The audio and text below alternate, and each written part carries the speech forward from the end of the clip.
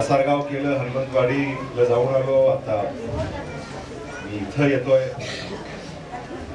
MHADA colony किंवा महाराणा प्रताप नगरचा आपल्याला विकास कसा करायचा, तिथे रस्ते, नाल्या, पथदिवे, बाग बगीचे, औषध उपचार, दवाखाना, कचऱ्याचं व्यवस्थापन, जे पाणी तुम्हाला आता मिळतं ते पाणी शुद्ध होऊन येत नाही. त्या पाण्याचं शुद्धीकरण करून तुम्हाला पाणी पुरवठा आम्हाला करायचा. तुमच्या गावातली जी पाणी पुरवठा योजना आहे त्याला फिल्टर बसवायचं आहे, फिल्टर्ड वॉटर. आता या महाराणा प्रताप नगरातल्या नागरिकांना मिळालं पाहिजे, हा आमचा हेतू. एखादा होतकरू जर विद्यार्थी असेल, त्याला उच्च शिक्षणासाठी जर पुढे जायचं असेल तर त्याला उच्च शिक्षणासाठी सुद्धा मदत करण्यासाठी आम्ही पावलं उचलतो. एखाद्या गरीब घरामध्ये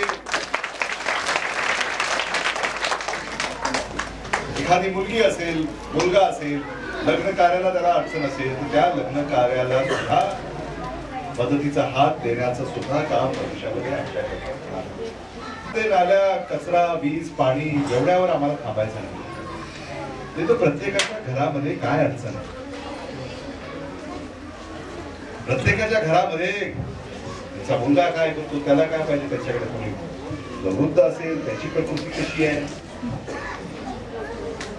ते पर्सनलाइज वैयक्तिकरित्या विकास साधण्याचा माझा प्रयत्न राहणार आहे.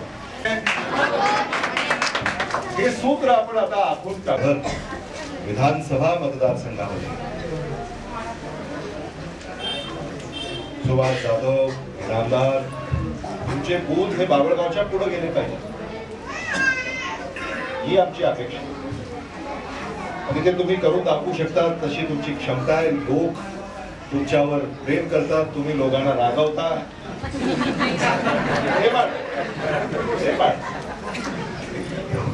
हे सगळं प्रेमाचं आहे. मी पाहत होतो मगापासून की हक्कानं सुभाष जाधव तुमच्यासाठी किती बरोबर करतात.